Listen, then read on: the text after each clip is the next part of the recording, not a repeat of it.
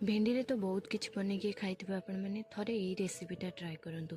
प्रथमे किछि तेंतुळे को भिजाइकी रखिदेबे, तापर भेंडी को भल भाबरे धोईकी ताको छोट छोट करी काटिदेबे, तापर दुईटा पियाज नै जिबे काटिकी रखिदेबे, तापर किछि रसुण आ अदा छेचिकी रखिथिबे।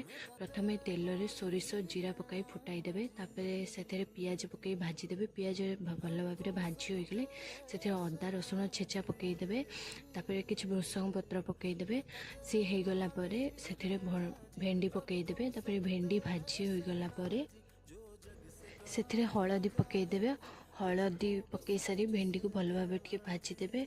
भेंडी टिके भाजी हो गला परे तापर सेथिरे टमाटो किछि पकाई देबे और टमाटो भेंडी को भल भाबे सिझाई देबे। सेथिरे सिझी गला परे जाई कि लूण पकाइबे, एबे जमा लूण पकाइबेनी।